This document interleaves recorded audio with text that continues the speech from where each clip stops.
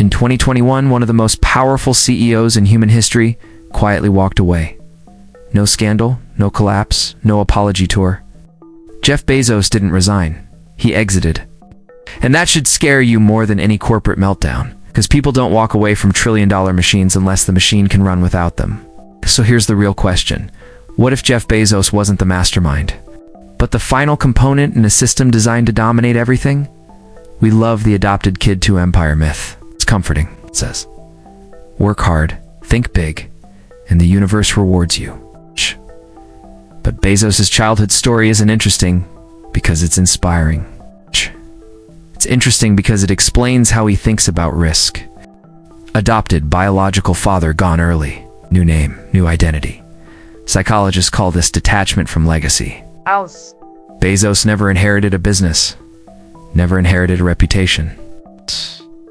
Never inherited obligation. Which means he had something most people don't.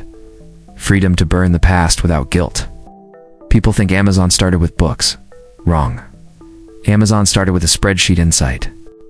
In the early 90s, Bezos wasn't dreaming about bookstores. He was studying exponential systems. One number changed everything. Internet growth, approximately 2,300% per year. That number didn't suggest opportunity, it suggested inevitability. Books were just the least resistant entry point. Amazon wasn't a bookstore, it was a Trojan horse. The most important decision he ever made. Quitting D.E. Shaw wasn't brave, it was logical. Bezos famously called it a regret minimization framework.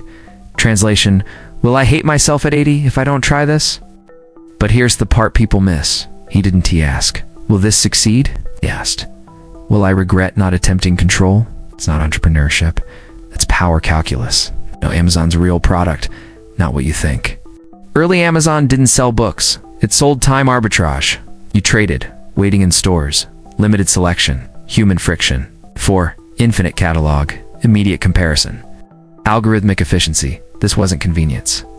This was behavioral retraining. Amazon didn't adapt to customers. Customers adapted to Amazon. It's a critical difference. Wall Street thought Bezos was stupid. Year after year of losses, no dividends, no profit obsession. But Bezos understood something fundamental. Profit is optional. Market capture is permanent.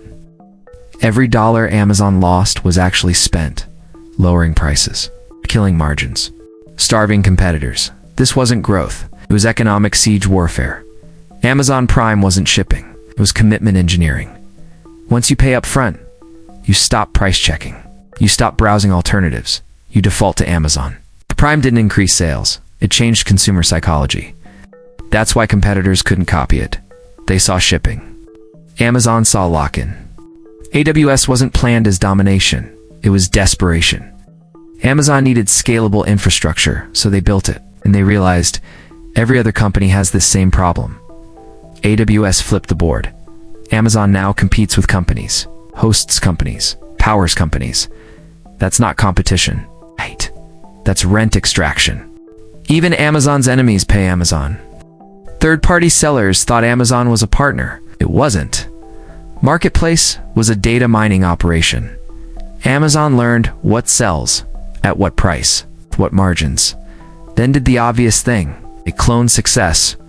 Platform gives, competitor gives, executioner.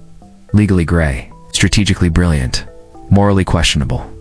Pick your poison. Inside Amazon, emotion is irrelevant. No PowerPoint, no charisma contests, only memos. It's only metrics. Why? Because culture is not about kindness. It's about decision velocity. Amazon doesn't ask, is this nice? It asks, does this scale? Part 10. The cost we don't see. Fast shipping has a price. It's paid in warehouse surveillance. Injury rates, algorithmic pressure.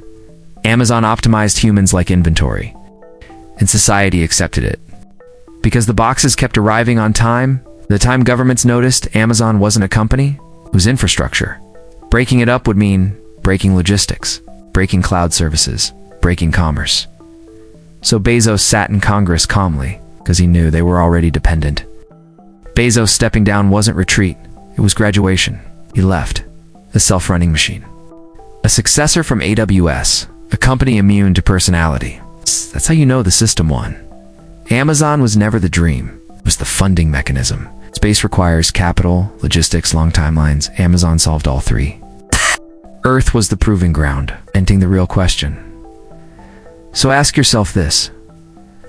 What if Jeff Bezos didn't change retail, but changed what power looks like in the modern world? It's not kings, not presidents, not nations, but systems so efficient you stop questioning them. And once you stop questioning them, they don't need permission anymore. If you like my videos, please like and subscribe my channel.